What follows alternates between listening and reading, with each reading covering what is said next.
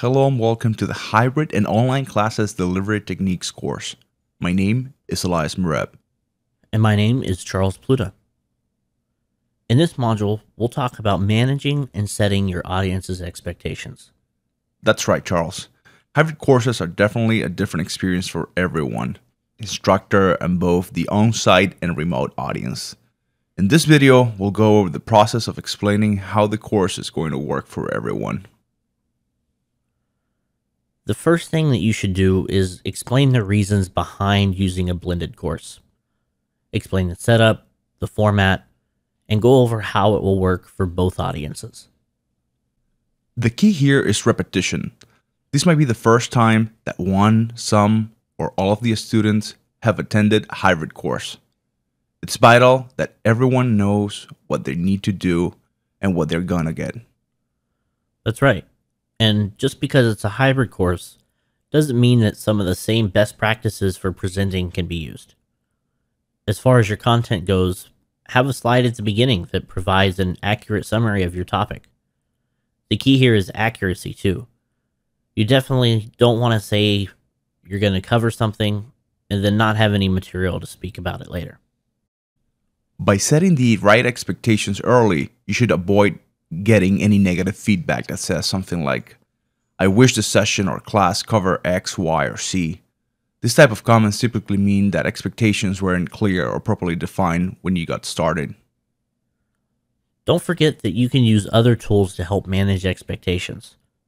If you get a question during your presentation that you weren't planning on covering, use the parking lot method. Write it down on a whiteboard or save it for later so that you can follow up with that person directly. You definitely don't want to waste time during the presentation if you weren't planning on speaking about it to begin with. Elias, how does the fact that it's a hybrid course change student expectations? In a hybrid course, you have the challenge of managing the expectations of a face-to-face audience and a remote audience.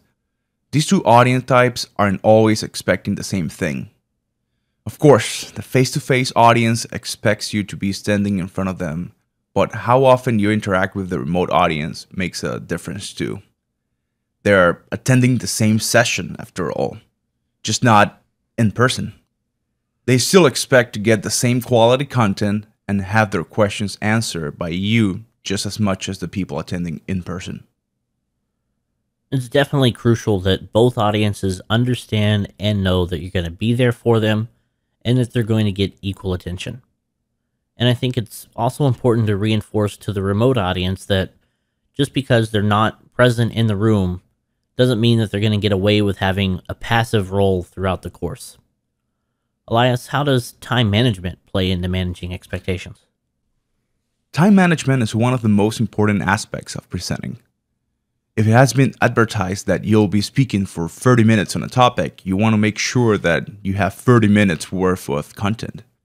If you start presenting and then you get finished at 20 minutes, you run the risk of disappointing the audience.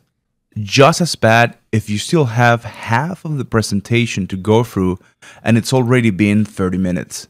Then the audience is either ready to go to a break or might be cutting into another presenter's time. That's exactly right, Elias. And we talk more about best practices and how to manage your time and the things to avoid video. Another component of time management is taking breaks at the appropriate time slots and breaking for lunch.